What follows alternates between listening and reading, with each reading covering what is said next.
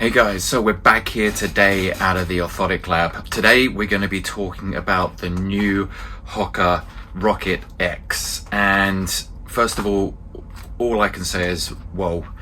I've never been a massive fan of Hoka shoes, but this one is just something else. Look, obviously it's their first Pebax based foam carbon racer. It's been a while. They're a little bit late to the show, as we already know.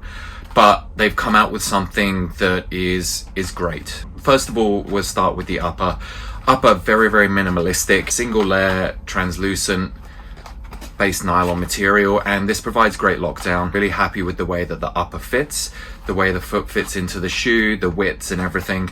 Widths wise, it comes out pretty standard. Nothing overly tight, but nothing overly too loose either, which is great. Doesn't hug in too much through the forefoot, just allow that expansion and a bit of swelling as well after you're doing these in your marathon distances and those slightly longer distances. The upper itself and the tongue has its gussets in there to lock it down. They're slightly elasticated so that it fits over your foot really, really nicely. It wraps up through your arch well, which I'm pretty happy with. Then it sits down into the foam a little bit more at the same time. And that's great for where you want an extra bit of stability and you have a foam that's really, really soft. If you sit the foot inside the foam, it provides an extra bit of hold in there. And I really like that. And especially considering the heel cup here, that there is no heel cup. This is just simply a piece of fabric that's going to hold your foot into place. As you already know, not much extra cushioning or padding, just around the top and around the collar, but just enough just to keep your foot in place. Now the sole itself, obviously we've got a full-length Pebax foam here with a carbon plate running through it. The way that this shoe feels is just an easy, fast-paced runner. It's not as aggressive as a lot of the other ones. In comparison to your Vaporflies, your Adidas Adios 3s, it doesn't feel as aggressive, but at the same time, it feels easy.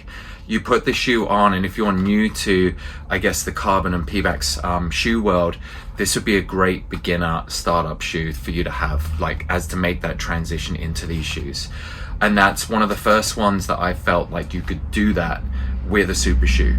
The other ones you put on, and there's such a dramatic difference between an average day-to-day shoe and a high-performance racer, that it makes it quite difficult and a bit of time to get used to.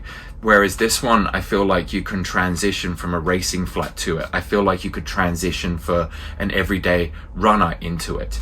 It's just very, very versatile in what it can do. And I think that that's where Hoka have kind of almost hit a gap in the market within this super shoe space, where they haven't gone out and gone too extreme, but they've made something that is going to be comfortable and easy for mile upon mile upon mile.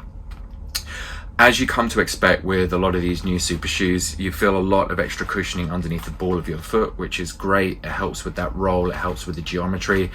As we know with the carbon plate, there's not really any flexibility in it, but it doesn't stop or slow you down where you are running in this shoe. It has great pop to it, has great flow, has great stability. I don't feel like I overpronate or supinate too much in it. It just keeps my foot in a nice place for a racer.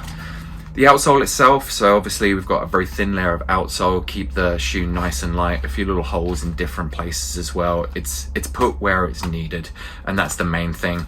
You've got your big cutouts through the middle with the exposed carbon fiber plates. That helps improve with weight reduction and also helps with a little bit of extra transitioning and cushioning. So if the foams can move between either side, it then allows the foot to move, which also allows for a bit of extra cushioning at the same time. And that's good as well. I mean, you'll notice a lot of the other shoes, they're having either midfoot brakes or they're having channels that run down through the shoe in order to achieve the same sort of thing, but with different technology.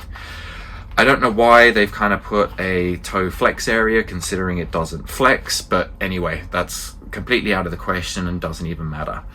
So yeah, look, overall, this is a great shoe, and anyone who's looking to move into a super shoe and hasn't been there yet, I'd highly recommend going into this one. If there's anyone out there who wants a super shoe but doesn't want it as aggressive as the other ones and wants a little bit more of a natural feel but have that pop and that advantage, I'd say get in this one. It's an easy everyday racer. And yeah, as I said, they found their own little niche in the market. It almost feels like with them in comparison to all the other aggressive carbon plated racers that I found. So definitely worth checking out, definitely worth trying on if you are in the market for a super shoe. I definitely wouldn't give this one a miss. This shoe is coming in at 240 grams, which is light.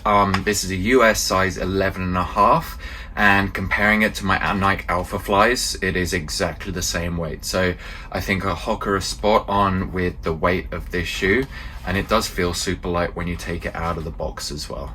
A big thanks to Athlete's Foot at Pacific Fair in Broadbeach on the Gold Coast for lending the shoes. I hope that you guys get something out of this and it helps you make a decision on which super shoe that you go to next.